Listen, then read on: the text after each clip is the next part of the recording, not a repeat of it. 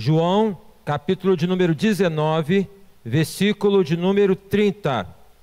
E o outro texto que eu quero convidar os irmãos para que possamos ler é Colossenses capítulo 2, Colossenses capítulo 2, nos versículos 13 e 15. Colossenses 2, versículos 13 e 15.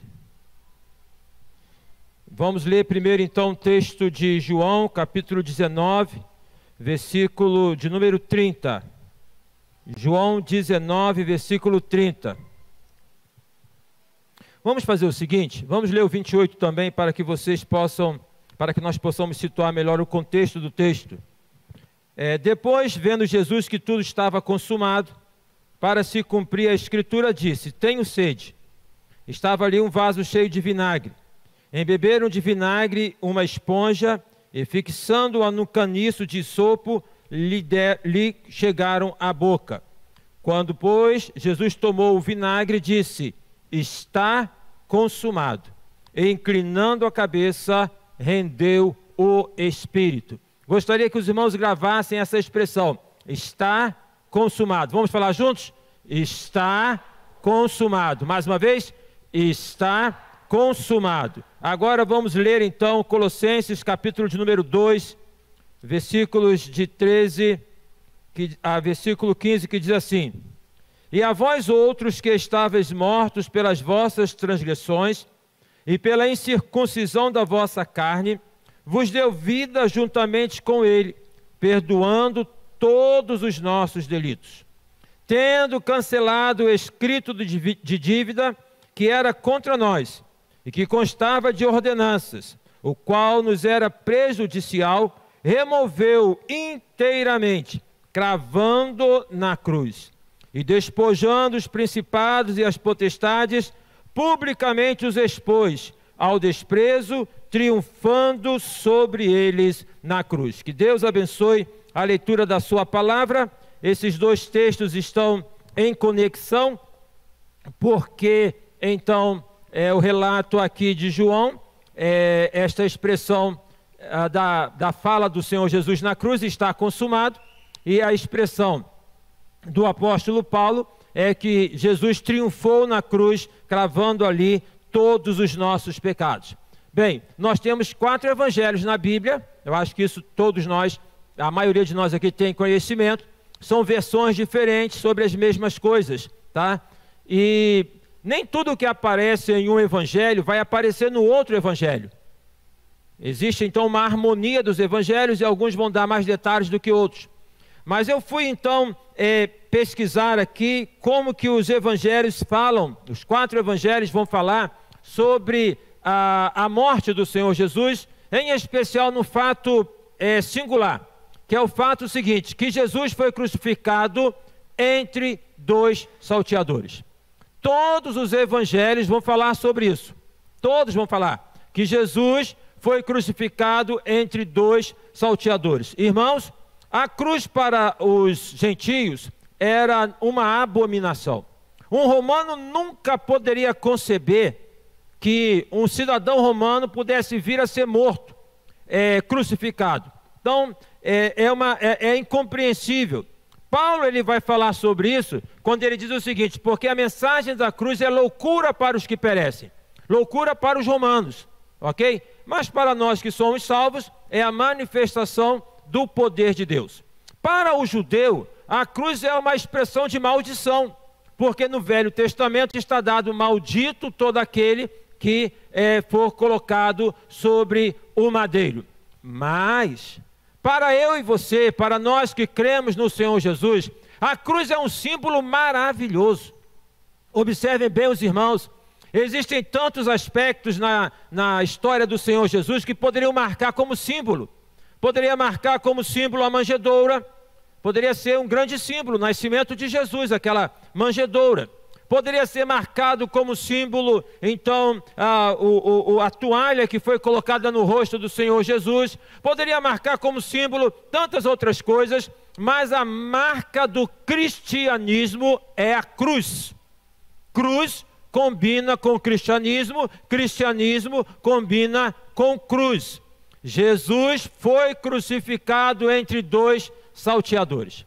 Esses dois salteadores que ali estavam, eles representam todos nós. Todos nós.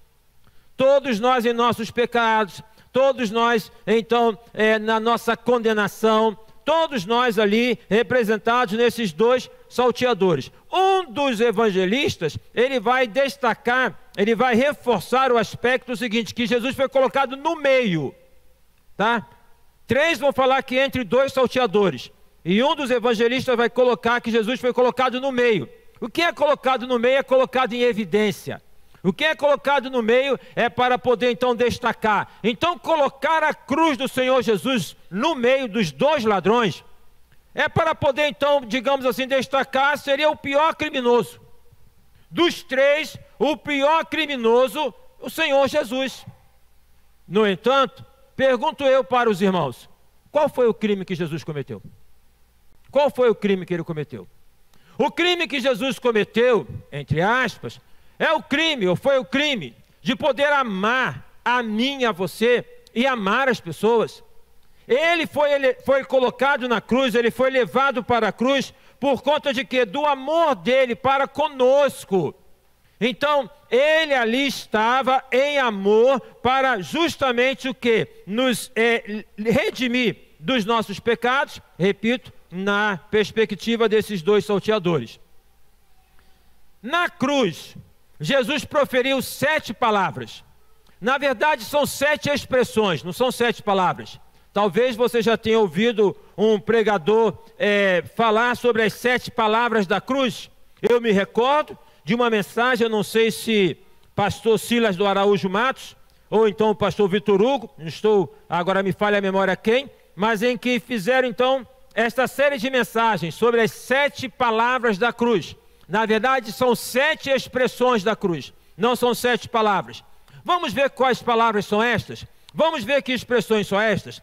A primeira, Lucas capítulo 23, versículo 34. Logo após ter sido então preso, colocado já para poder carregar a cruz, e a cruz era um peso de aproximadamente 70 quilos. Então, Jesus, ele profere as seguintes palavras: Pai, perdoa-lhes porque não sabem o que fazem. A primeira expressão, a primeira palavra é esta: perdoa-lhes porque eles não sabem o que fazem. Na perspectiva da dor, do sofrimento, de tudo que ele estava então passando, esta foi a primeira palavra: perdão, perdoa-lhes. Meus queridos e meus amados irmãos, como que o perdão é algo importante na nossa vida. Pessoas, não na proporção do Senhor Jesus, claro, elas atingem a você, elas ofendem você, elas maltratam você. É preciso então que nós busquemos a força no Senhor Jesus para liberar o perdão. Para liberar o perdão. A segunda expressão que nós encontramos, falamos sobre 2 salteadores, e um desses 2 salteadores, então, zombou do Senhor Jesus. O outro disse: lembra-te de mim quando entrares no paraíso. E a segunda expressão é justamente esta: em verdade te digo que hoje estarás comigo no paraíso. Hoje estarás comigo no paraíso. Esta expressão, ela vai jogar por terra vários pensamentos que existem no nosso tempo e já há algum tempo. Por exemplo, da reencarnação. Hoje mesmo estarás comigo no paraíso, não há a perspectiva da reencarnação. Por exemplo, do purgatório. Hoje mesmo estarás comigo no paraíso, então não há perspectiva de um lugar onde você vai purgar para depois você ascender. Hoje mesmo estarás comigo no paraíso. É importante aqui nós ressaltarmos que o tempo de Deus é o tempo que se chama hoje, mas esse hoje é misturado, esse hoje que vai aí para além da compreensão grande que teve Einstein na teoria da relatividade, onde ele vai falar que a partir da perspectiva ou da velocidade em que se tem no movimento, é possível retroagir no tempo. Imagina então, poder retroagir. Este tempo é o tempo de Deus, é o tempo que se chama hoje, A Bíblia fala hoje é o dia aceitável. A Bíblia fala hoje, se você ouvir a minha voz, não endureçais o vosso coração. O que eu e você precisamos fazer no plano espiritual é preciso que façamos hoje. É preciso que tomemos a decisão agora. A terceira expressão proferida pelo Senhor Jesus foi esta: mulher, eis aí teu filho. E para o filho disse: eis aí a tua mãe. Interessante, não é? Nós não temos a perspectiva da adoração de Maria, mãe de Jesus, mas nem por isso nós vamos deixar de reconhecer o papel desta mulher bem-aventurada. E o Senhor Jesus ali dá um exemplo para todos nós e para todos os filhos, que é o quê? A atenção com os pais, o cuidado com os pais. A atenção, o cuidado. Quantos filhos não têm essa perspectiva da atenção? Jesus, o Filho de Deus, ele fala: mulher, eis aí o teu filho, e diz para ele: eis aí a tua mãe. A quarta expressão, Mateus 27, 46, Jesus diz assim, né, em alta voz: Eli, Eli, lama sabachthani. Isso é: Deus meu, por que me desamparaste? É o auge do sofrimento. É o momento ali que ele está pegando toda a dor, tudo aquilo que há de negritude, tudo aquilo que há de pecado, tudo está sendo absorvido pelo Senhor Jesus, o peso dos meus pecados, dos seus pecados sobre ele, e ele então ali, pagando o preço dos meus pecados, tem esta expressão: Deus meu, por que me desamparaste? Eu gosto de dizer, e tem uma frase que eu já coloquei aqui, que eu disse o seguinte, que Jesus entende da gente, porque Jesus se fez gente como a gente. Quem aqui, na vida em algum momento, nunca se sentiu desamparado? Quem aqui, em algum momento, olha, quarta-feira vamos ter esse instante de experiências de oração, mas quem aqui, né, quem está conosco, cultuando pela transmissão, em algum momento já não sentiu, não teve o sentimento de estar orando para o nada? Eu estou orando, mas é como se estivesse olhando para o nada. Deus não está me ouvindo. Eu estou sozinho. Pergunto eu: Deus abandona alguém? Deus deixa alguém? A expressão do Senhor Jesus, então, ela se assemelha àquele sentimento meu e seu, onde nós vivemos a tensão, onde nós passamos pela dificuldade e onde Deus está na retaguarda. Onde Ele está na retaguarda para nos sustentar. A quinta expressão, João 19, 28, nós lemos, é esta expressão: tenho sede. A crucificação, dentre aquilo que ela causava na pessoa crucificada, a perda do sangue, fazia com que ela fosse tomada por uma profunda sede. Tenho sede. E ali, no meio de todo aquele sofrimento, os soldados, ao invés de oferecerem água, molharam uma esponja então em vinagre e ofereceram esta esponja com vinagre para o Senhor Jesus. E ao tomar então, e ao poder então ter contato com esta esponja com vinagre, Jesus profere a sexta expressão, e é esta que eu quero chamar a atenção dos irmãos para nós refletirmos daqui a pouco. É justamente esta que diz assim: quando Jesus tomou o vinagre, disse: está consumado. E, inclinando a cabeça, entregou o seu espírito. A sétima expressão é Lucas 23, 46, diz assim: clamando Jesus com grande voz, disse: Pai, nas tuas mãos entrego o meu espírito. E havendo dito isto, ele expirou. Então as duas estão muito próximas ali, né? Está consumado, e tendo dito isso, ele expirou. Eu quero então convidar os irmãos para que nós possamos pensar nesta expressão: está consumado. Esta expressão é de uma palavra no grego, que é a palavra telestai. Telestai é a palavra no grego que dá a compreensão de um termo contábil que significa totalmente pago. Aquilo que foi totalmente pago. Arqueólogos, eles encontraram, a partir então de suas buscas, recibos de impostos escritos em papiro, em que nesses recibos a palavra constava telestai, totalmente pago. Telestai, totalmente pago. Aí me veio, meus queridos e amados irmãos, esta compreensão de uma expressão comum em inglês, né? Keep calm, tenha calma, telestai, já foi pago. Keep calm, telestai, já foi pago.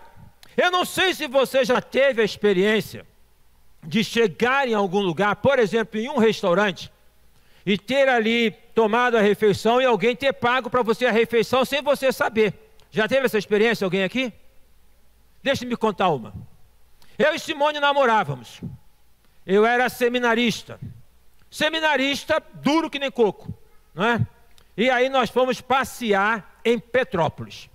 Lá naquele museu bonito, Petrópolis, mas tudo muito contadinho. E aí estávamos lá em Petrópolis, estava também o José, casado com a irmã da Simone, minha cunhada Claudinha. E nós estávamos em 4 ali e numa situação complicada, porque a gente estava com fome, mas o dinheiro era muito curto, tudo era muito caro. Aí nós, depois de pesquisarmos, fomos para um local que era como se fosse um botequim. Pedimos então 2 PFs, 2 pratos feitos, para dividir para 4, tá? Então dividir para 4. E ali então nós pegamos aquelas refeições, dividimos entre nós 4, e antes de nós tomarmos a refeição, nós oramos. Quando nós acabamos e fomos chamar o garçom lá, o atendente, para poder pagar, ele falou assim: não, já pagaram. Mas quem pagou? Não, porque aquele senhor ali pagou para vocês. Ou seja, depois deste senhor, ele vem se apresentar, ele vem buscar contato conosco, ele fala: eu vi vocês orando, sentindo o coração de poder pagar. Ó, vai comer, não esquece de orar, hein? Não esquece de orar, tá? E ali então, nós conversamos, nós trocamos, e ele fala: não, porque eu sou crente, ele era da igreja metodista, e nós falamos: então eu sou seminarista, e aí foi aquela conversa. Não é uma coisa gostosa? Não é gostoso você poder pagar para alguém? Teve uma outra ocasião em que eu estava num restaurante, e ali então neste restaurante eu vi uma pessoa, e ali então, até parente de alguém do nosso meio, não vou citar, mas ali então ela estava lá no lugar dela, e eu peguei para o garçom e falei assim: eu vou pagar a mim e vou pagar dela também. E aí então paguei, né? E continuei. E quando ela chamou o garçom para poder pedir a conta, eu já tinha saído. E ali então ela tem essa surpresa, depois ela vem falar: pastor, muito obrigado de poder ter feito isso. Ou seja, tem aquela questão de você poder ter a alegria de que já foi pago, alguém pagou por você, mas tem também a satisfação de você poder pagar para alguém. Então, olha, ora antes de comer, mas olha aqui, paga para alguém também. Paga para alguém, tá? Mais bem-aventurada coisa é dar do que receber. Telestai, não é? Telestai, totalmente pago. Eu não sei se o irmão sabe, mas por conta desta mensagem eu fui fazer algumas pesquisas e me deparei com um dado que é um dado assustador. Hoje pela manhã nós apresentamos 2 bebês, né? Momento muito lindo, muito significativo no culto. E este dado diz que as crianças que nasceram em 2020, aqui, né, brasileiros, nasceram devendo 30 mil reais. Então, cada bebê, né, nascido a partir de 2020, já vem com uma dívida de 30 mil reais. Por quê? Porque a dívida do Brasil é de 6 trilhões e 500 bilhões de reais. Eu e você devemos, não sei para quem, né? Não sei para quem, mas devemos todos nós 6 trilhões 500 bilhões de reais. E aí, pasmem sobre isso. Essa dívida corresponde a 98% do nosso produto interno bruto. Ou seja, de tudo que o Brasil produz, se fosse para poder pagar, ficaria só com 2%. 98% seria para poder pagar. Logicamente, é uma dívida que não se paga. E o que acontece? Se mantém e se vive dos juros. Pagamento de juros em 2020, se não me falha a memória, foi de R$1 trilhão. Então, R$1 trilhão.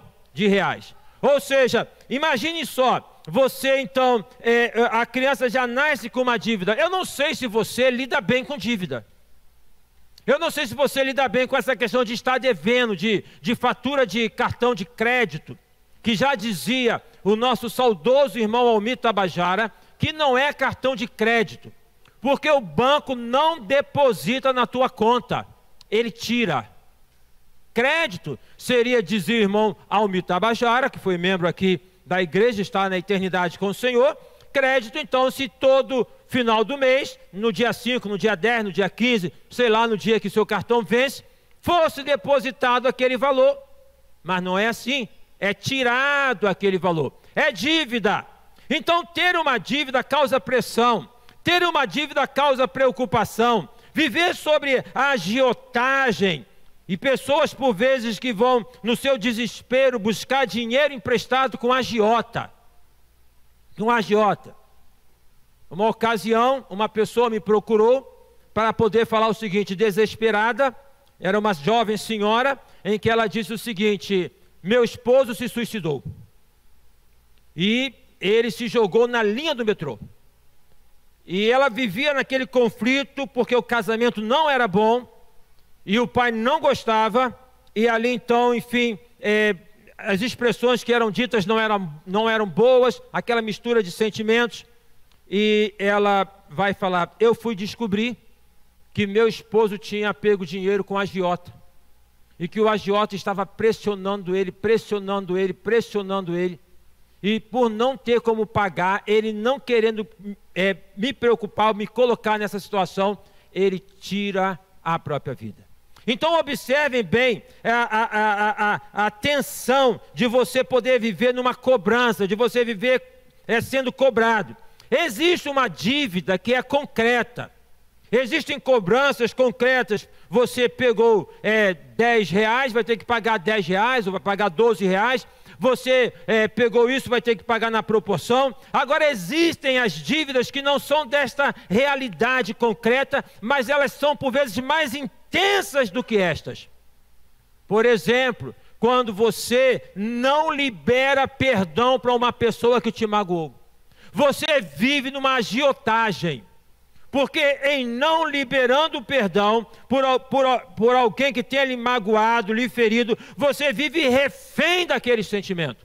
Você vive ruminando aquele sentimento. Aquilo vai te corroendo por dentro, vai te descaracterizando. Algumas pessoas, elas são cobradoras demais de si mesmas. Cobram-se demais. Por que alguém vai se cobrar demais? Por que alguém vai buscar tanto de si? Sabe por quê? Quando você se vê no espelho, quando você se olha no espelho, você está se vendo com o seu olhar ou com o olhar do outro? Quando você contempla a sua imagem no espelho, e você ali, então, vendo esta imagem, o seu sentimento vai revelar se você está se vendo com o seu olhar, ou se você está se vendo com o olhar do outro. Em geral, meus irmãos, nós nos vemos com o olhar do outro. Em geral, nós nos colocamos frente ao espelho, às pessoas, num viés de comparação, por conta do olhar do outro. Então se cobra demais por quê? Pessoas que se cobram demais, porque elas querem agradar o outro. Pessoas que querem ser bem certinhas, e não que ser correto não seja algo bom, mas que querem viver naquela perspectiva. Por vezes assim elas se colocam, porque elas querem o elogio do outro, porque elas querem a atenção do outro, então cobram-se demais de si mesmos. Você se cobra, irmão? Você é uma pessoa que se cobra muito? Você é uma pessoa que fica ali, mas por que eu fiz isso? Por que eu fiz aquilo? Por que eu não consegui? Então é uma dívida também muito grande. Agora há uma dívida ainda maior do que esta. E há uma agiotagem ainda contundente e uma agiotagem que vem dilacerar a vida de muitas pessoas, que é a agiotagem espiritual. A Bíblia diz que o diabo, ele é o nosso acusador, e ele fica constantemente nos acusando perante Deus. E ele que nos acusa perante Deus, ele também vem para nos acusar na nossa consciência, para poder falar: não tem valor, você não é isso que você está demonstrando, você não é esse crente que está demonstrando, porque é desta forma. Então, se você aceita esta agiotagem, você começa a ser descaracterizado pelo inimigo. Pastor, como é que eu faço? Quando o inimigo colocar você neste viés de acusação, quando ele te colocar neste viés da agiotagem, diga o seguinte: telestai, telestai, frente à cobrança do inimigo, frente à cobrança do diabo, frente àquilo que exige de você, diga telestai, ou seja, está tudo pago, está tudo pago, foi pago o preço na cruz. E aí o apóstolo Paulo, ele fala: e quando vocês estavam mortos nos pecados e na incircuncisão da vossa carne, vos vivificou juntamente com ele, perdoando-vos de todas as ofensas, havendo riscado a cédula que era contra nós nas suas ordenanças, a qual de alguma maneira nos era contrária, e tirou do meio de nós, cravando-a na cruz, e despojando os principados e potestades, os expôs publicamente, e deles triunfou em si mesmo. A construção do apóstolo Paulo é uma construção muito bonita. É uma construção muito bonita. Ele está colocando justamente o seguinte: que Jesus pegou a dívida, com licença aqui, irmão Leônidas, tá? A dívida que existia, ele rasgou esta dívida, e para poder demonstrar que ela estava paga, que ela está paga, ele vai lá e coloca, ela é fixada na cruz, ela é colocada na cruz. E aqui, meus irmãos, não é um papel, não é um carimbo, aqui é a pessoa do Senhor Jesus. Jesus, ele na cruz, ele pagou o preço dos meus, dos seus, dos nossos pecados. Telestai, está consumado. Telestai, está consumado. Não aceite a acusação. Não aceite a acusação do inimigo. Não viva no viés de poder querer compensar, de poder pagar, porque já foi pago. A nossa relação para com Deus não é uma relação em que nós queremos devolver a Deus, compensar. É uma relação de gratidão. Você não deve nada. Você não deve nada. Está pago. Imagina, se você tem uma dívida, contraiu inadvertidamente ou por conta de uma situação em que você precisou realmente adquirir esta dívida, de repente você vê que essa dívida foi quitada. Alguém quitou para você. Como é que você se sentiria? Frente àquele volume que crescia, então a notícia foi quitada. Pois bem, meu querido, a dívida espiritual, o inimigo, o acusador, né, que aponta os meus, os seus, os nossos pecados, Jesus quitou esta dívida na cruz. Qual deve ser o nosso procedimento a partir disso? A expressão é esta: keep calm. Tenha calma. Tenha calma. Não fica desesperado, tenha calma. Telestai, já foi pago. Keep calm. Tenha calma. Telestai, já foi pago. Nenhuma condenação há para aqueles que estão em Cristo Jesus. Amém, irmãos? E isso não é um álibi para que nós possamos viver numa vida de pecado, porque Paulo vai falar que não devemos usar a nossa liberdade para dar vazão à carne. O que nós devemos fazer? Primeira coisa, abra o coração para Jesus e tome posse da bênção da salvação. Está pago. Uma ocasião, eu fui com o pastor que me batizou, pastor José Calixto Patrício, que ele era missionário na Venezuela, veio aqui para o Brasil fazer promoção de missões, e ali então estava no seminário, e ele ia para a rodoviária para viajar para outro estado, e eu então fui com ele à rodoviária.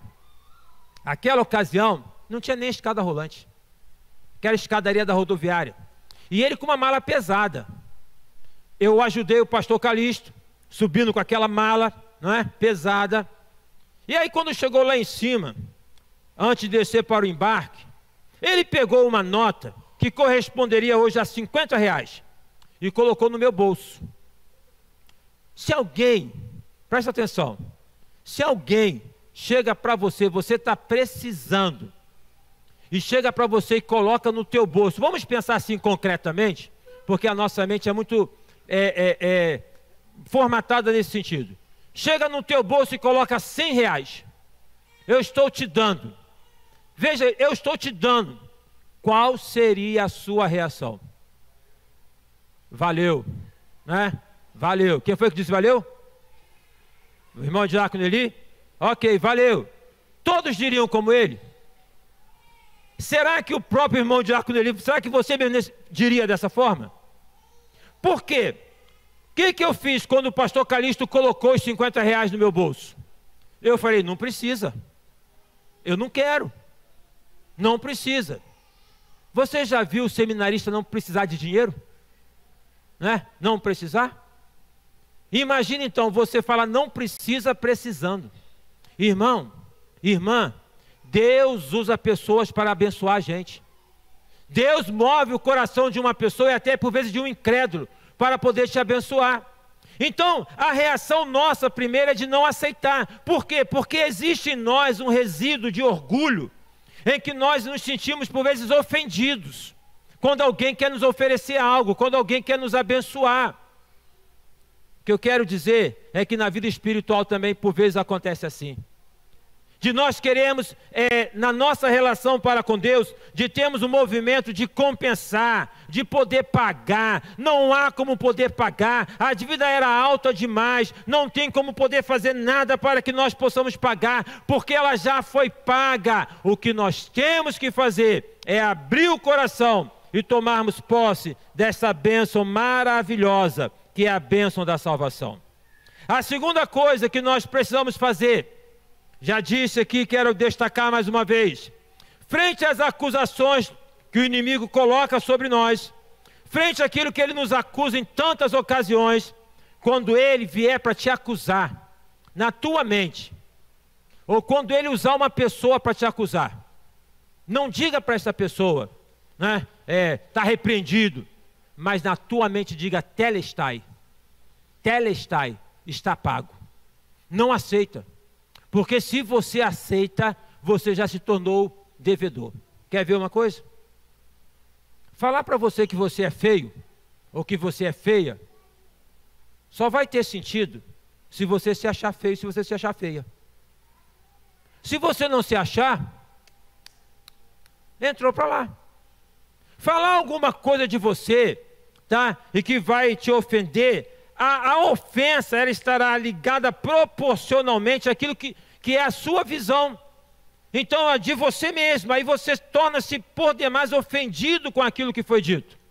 No plano espiritual, o inimigo nos acusa, e quando ele vier te acusar, te cobrar, diga, telestai, a minha dívida já foi paga. O apóstolo Paulo também em Romanos, ele fala o seguinte, quem tentará acusação contra os eleitos de Deus, é Deus quem os justifica. Quem tentará acusação contra os eleitos de Deus, é Deus quem os justifica.